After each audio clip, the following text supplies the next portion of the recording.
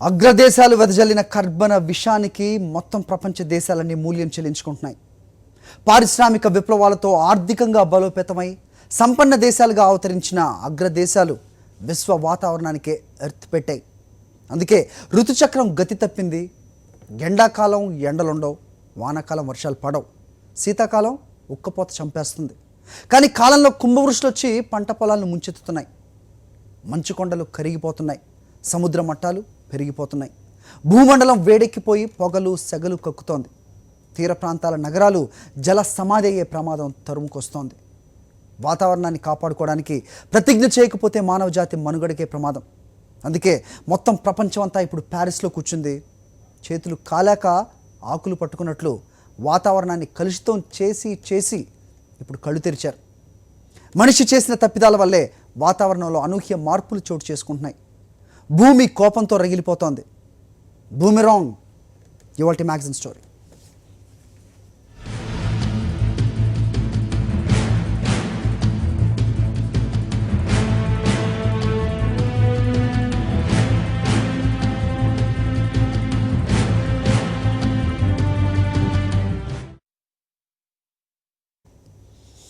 వాతావరణంలో అనూహ్య మార్పులకు అగ్రదేశాలే ఎక్కువ బాధ్యత వహించాలని భారత ప్రధాని నరేంద్ర మోదీ పిలుపునిచ్చారు.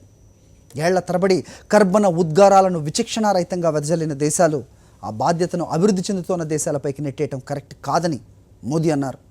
అయితే వాతావరణ మార్పులకు వ్యతిరేకంగా జరిగే పోరులో భారత్ తన బాధ్యతను మాత్రం మర్చిపోదని ఆయన స్పష్టం చేశారు.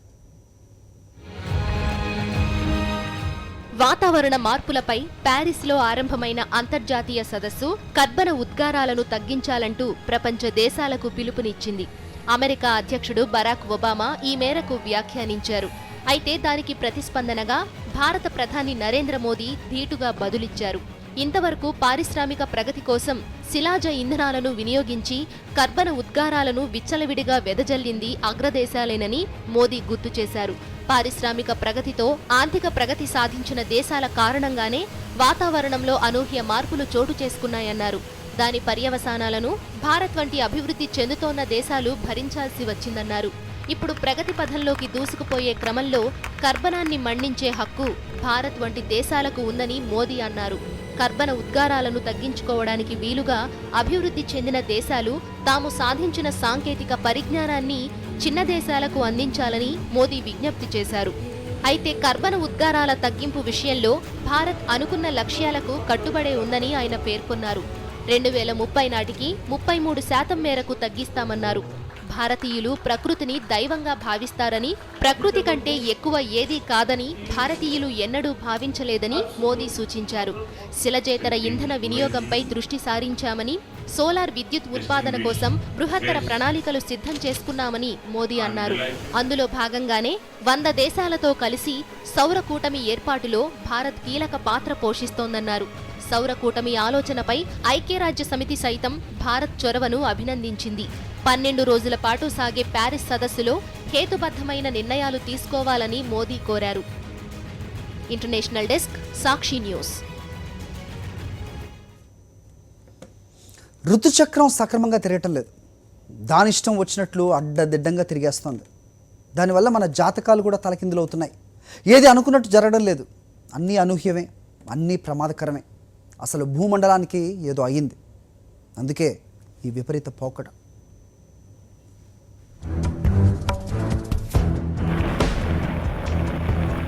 మండు చైత్రంలో కుంభవృష్టి కురిసేస్తుంది. కుండపోత వర్షాలు వచ్చి పండిన పంట ఇంటికి చేరకుండా నాశనం చేసి ఊరుకుంటాయి.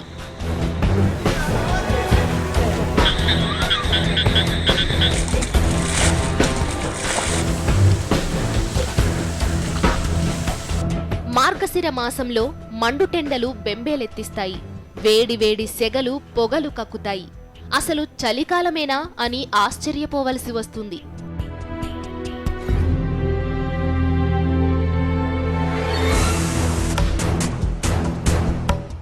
లేదా మాంచి చలికాలంలో ఊరు ఏరు ఏకం చేస్తూ ఎడతెరిపిలేని వర్షాలు ముంచుకొచ్చి రైతు ఇంట్లో విషాదాన్ని మిగులుస్తాయి. రైతు కంట్లో కన్నీటి సునామీ సృష్టిస్తాయి.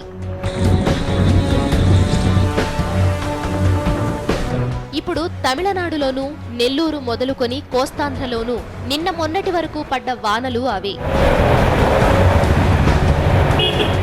నైరుతి రుతుపవనాలు వచ్చే సమయానికి పొలం దున్ని, విత్తులు నాటి, వాన చుక్క కోసం చకోర పక్షిలా ఎదురు చూస్తే ఆకాశమంతా మబ్బులు కమ్మి ఒక్క చుక్క కూడా వాన కురవకుండా అలా అలా కదిలి వెళ్ళిపోతాయి.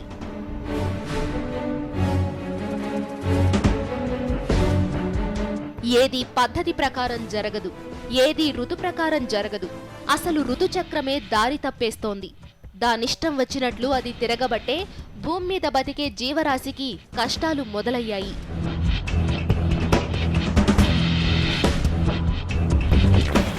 ఎండాకాలం వానలు పడతాయి, వానాకాలం ఎండలు దంచేస్తాయి. శీతాకాలం ఒక పక్క ఉక్కపోత, మరో పక్క కుండపోత వర్షాలు. ఏ ఋతువులో జరగాల్సిన పనులు ఆ ఋతువులో జరగకపోవడానికి కారణం మనిషే. వాతావరణంలో అనూహ్య మార్పులకు కారణం నిక్కచ్చిగా మనిషే. అంటే మొత్తం భూమండలాన్ని ప్రమాదపుటంచున నిలబెట్టిన పాపంలో అసలు విలన్ మనిషే. ఇష్టారాజ్యంగా అడవులను నరికేస్తున్నారు, పచ్చదనాన్ని మాయం చేస్తున్నారు. పచ్చదనం పోవడంతోనే భూమిపై కర్బన వాయువు పెరిగిపోవడం ఎక్కువయింది. కర్బన వాయువు పెరగడంతోనే భూమి వేడెక్కడం మొదలైంది. కర్బన ఉద్గారాల నియంత్రణకు నడుం బిగించండర్రా అని సైంటిస్టులు చెవిలో గూడు కట్టుకుని మొత్తుకున్నా ఎవరూ పట్టించుకోవడం లేదు. ఇలా అందరూ కలిసి పచ్చటి వాతావరణంలో చిచ్చు పెట్టారు. అందుకే ఋతుచక్రం గతి తప్పింది.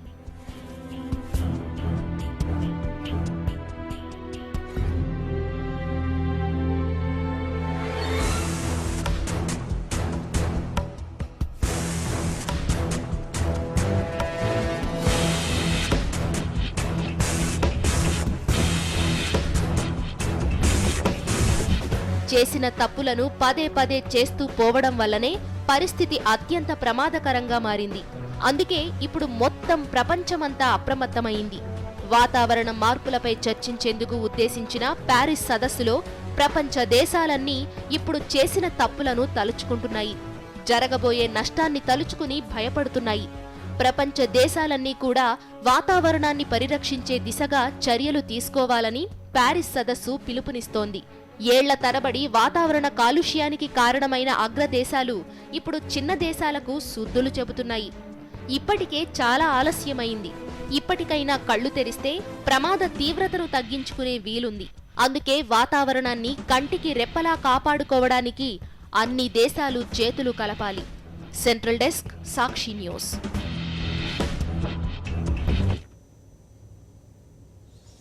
భూమికి మనిషి చేసిన చెడు అంతా ఇంత కాదు. అభివృద్ధి పేరిట చేసిన వినాశనం అంతా ఇంత కాదు.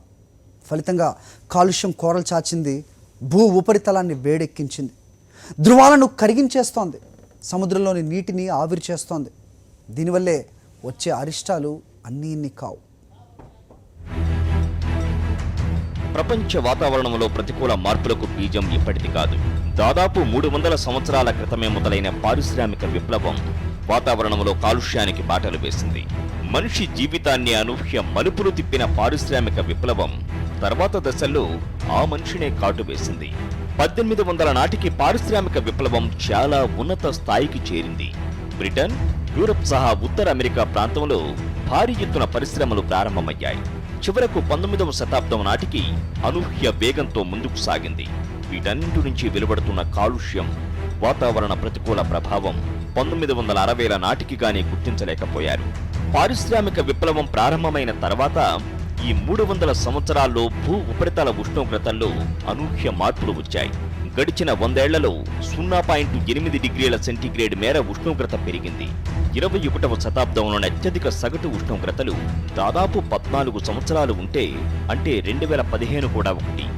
ఏడాది నమోదైన ఉష్ణోగ్రతలు రికార్డు బద్దలు కొట్టాయి.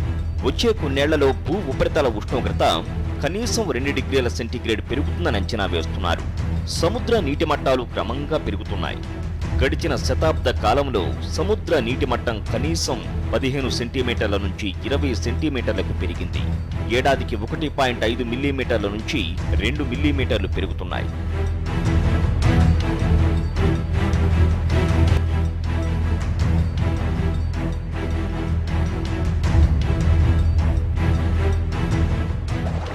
ధ్రువ ప్రాంతాల్లో మంచు క్రమంగా కరిగిపోతోంది.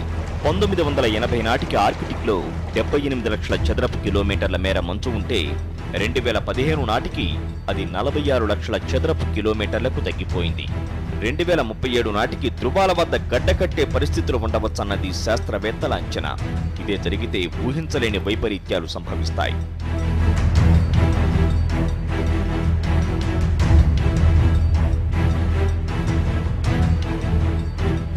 నిత్యం మంచుతో కనిపించే అమెరికాలోని మిచిగాన్, సౌత్ డకోటా, అలస్కా ప్రాంతాల్లో ఉక్కపోత పరిస్థితులు కనిపిస్తున్నాయి.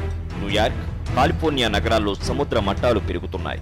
భవిష్యత్తులో ఇక్కడి నుంచి ప్రజలను తరలించాల్సి ఉంటుందన్నదే అంచనా. ఆఫ్రికా, యూరప్, ఆసియా దేశాల్లోని పలు తీర ప్రాంతాలపై పెను ప్రభావం ఉంటుంది. మాల్దీవులు కనుమరుగవుతాయన్నది మరొక హెచ్చరిక. వాతావరణంలో ఈ మార్పుల కారణంగా తాజా నీరు లభ్యం కాదు. దీంతో ఆహార ఉత్పత్తి గణనీయంగా తగ్గిపోతుంది. వరదలు, తుఫానులు, వడగాలులు, కరువులు సర్వసాధారణమైపోతాయి. వైపరీత్యాలు నిత్యం వెంటాడుతాయి.